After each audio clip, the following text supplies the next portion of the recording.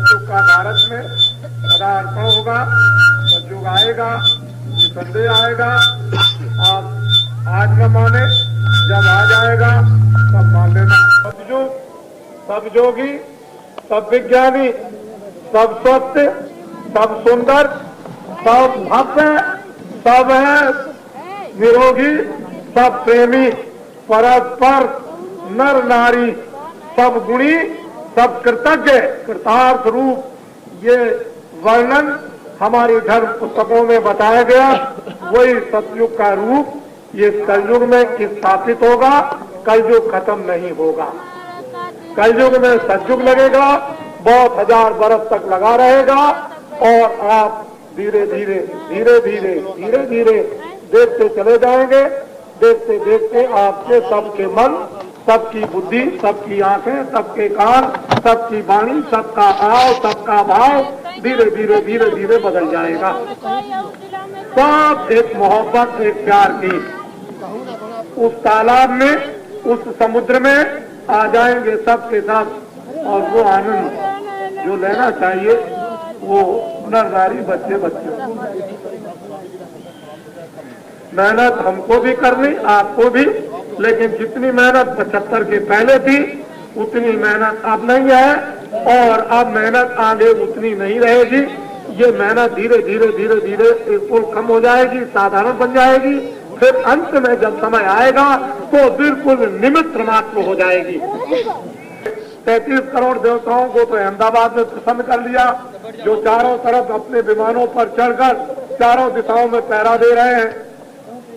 और उन्होंने ये कहा कि बीच में तुम ढढोरा हिंदू मुसलमान ईसाइयों में पीट दो कि ये अच्छाई और ये बुराई। अच्छाई बुराई को बता दो कि शराब मत पियो, तारी मत पियो, मांस मत खाओ, मछली मत खाओ, अंडे मत खाओ। हिंदू मुसलमान ईसाई सबको बता दो।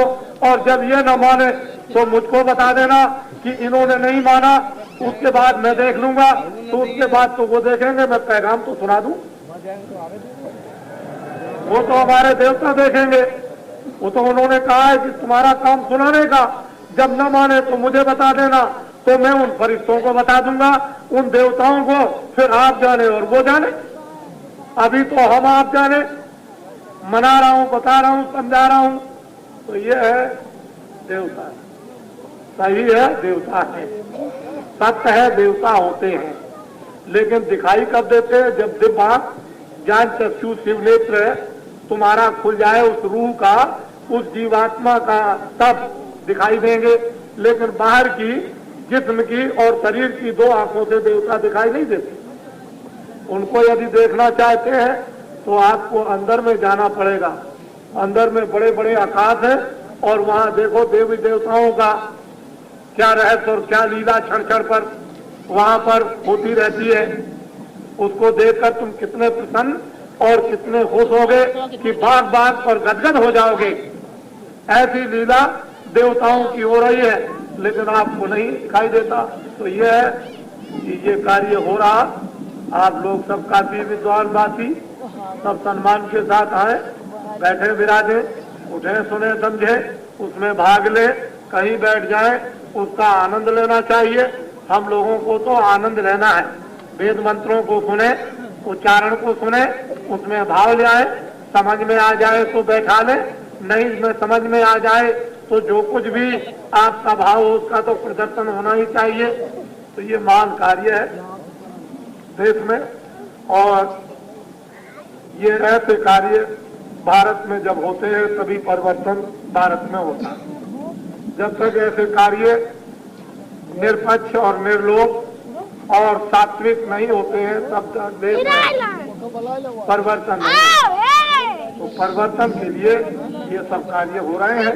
इधर में शिवजी महाराज हैं, अपना विराजमान समाधि अवस्था में प्रार्थना हो रही थी बराबर।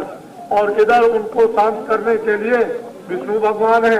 उधर आकर देख आइएगा, इधर भी देखिएगा, बीच में वेद मंत्रों का उच्चारण हो रहा है और ब्रह्मा जी भी कहीं विराजमान होंगे।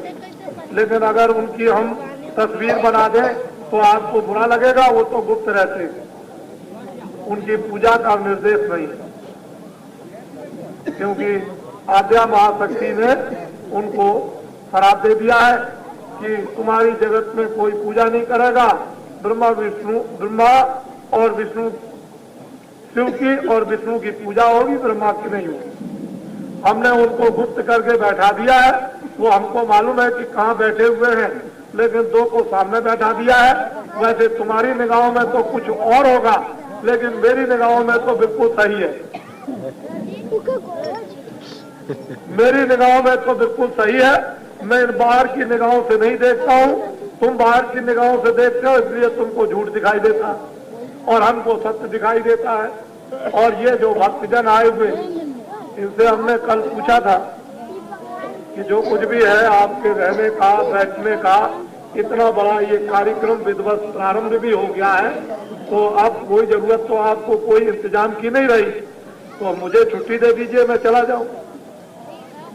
मुझको छुट्टी दे दीजिए, मैं चला जाऊं और आप ये कार्य पूरा कर लीजिए, आप करके आ जाइएगा।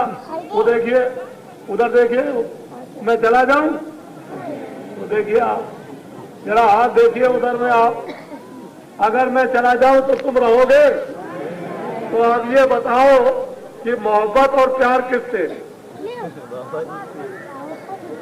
ये लीजिए, नारायण नारायण। अरे भाई, आप पहले समझे तो कम से कम, ये इनकी मोहब्बत और इनका प्यार तो मैं उससे जोड़ रहा हूँ, और तुम्हारी मोहब्बत और तुम्हारा प्यार मैं उससे जोड़ रहा हूँ, और जिनका ये है उससे मैं उधर जोड़ रहा हूँ। तो दोनों काम कर रहा हूँ कि आप भी इधर आ जाओ और इधर से उधर चले चलो, और तुम भी इधर आ जाओ, उधर चले चलो, तो सबको किधर जाना है? यही तो बात है, और क्या?